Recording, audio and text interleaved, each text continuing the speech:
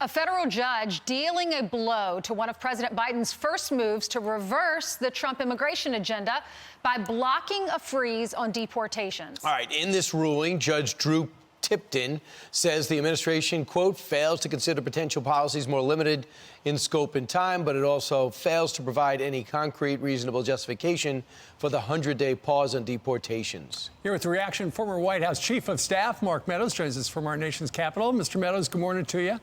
Good morning. Good to be with you. It's good to have you as well.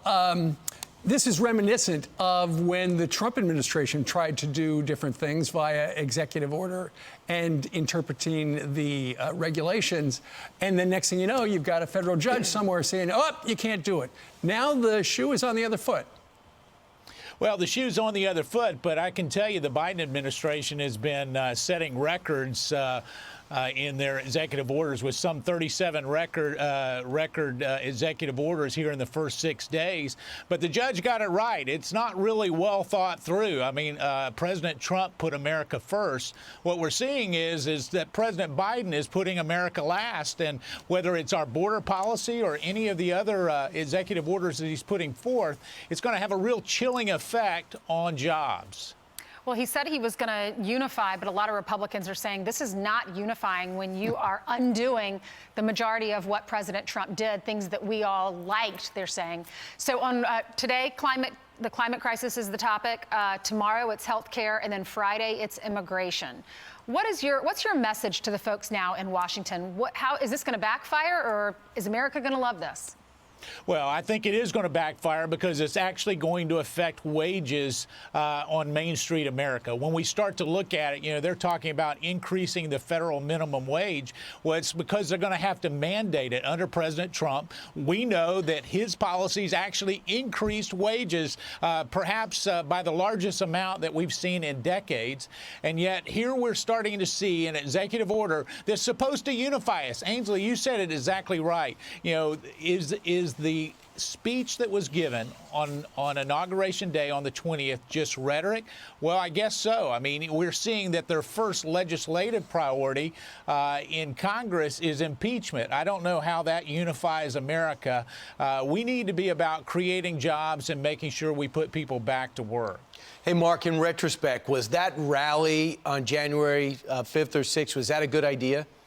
You know, when we start looking at the rally, Brian, you know, we're focused more on that than we are really about what we need to be focused on today. I mean, when we start to look at America, it needs to be about what is important to people on Main Street. And that's what the president did. He put America first. As we start to look at that, as we're going forward, hopefully we'll get beyond this. I mean, there was a vote yesterday in the Senate that suggested that 45 senators said that it was unconstitutional. Let's get on and be focused on what's important to the American people. Well, one of the things that is really important to the American people, as you know, Mr. Meadows, is the coronavirus. And yesterday it was announced that the federal government is buying 200 million more doses. The New York Times, I believe, yesterday had a story about how today is going to be Climate Day at the White House, where they talk about the changes they're going to make. They're considering letting FEMA repurpose a big part of its overall disaster budget and use up to $10 billion of FEMA emergency COVID money for climate change projects. You got to think that the average person watching right now thinks, you know, we have a pandemic. We should probably spend COVID money on COVID and not climate change at this point. Listen, we see the radical left coming forward with their priorities, and it's a real head-scratcher when you start to look at FEMA's critical role in making sure that vaccines get to the American people. They've played a very pivotal role in making sure that those get distributed in an equitable way, and yet we're going to reallocate $10 billion to climate change. Listen, when most people get up this morning or when they got up this morning, they didn't look at it and say that their number one priority was climate. They probably looked at it as the virus. We need to keep the priority where it is.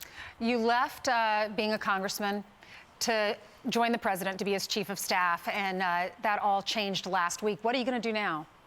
You know, I'm going to join Conservative Partnership Institute as a senior partner with them. I'll actually start today. Looking forward to that.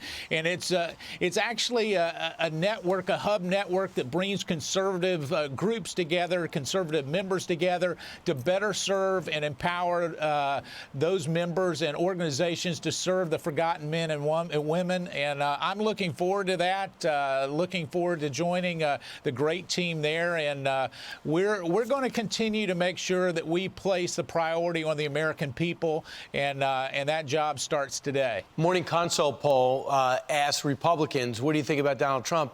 56% want him to run for president again. Do you think he will? You know, that's a decision that President Trump is going to have to make in the coming months, and I can tell you that there is still an overwhelming support for his America First policies. He continues to get people to urge him to do exactly that. I'm hopeful that he's going to take a little bit of time improving his golf game, and so if he can do that, but I can tell you that America still understands that when you put them first, they want to reward that, and they want someone who will change Washington, D.C., and certainly he was able to do that. All right, Mark Meadows, thanks. Good luck with your new job.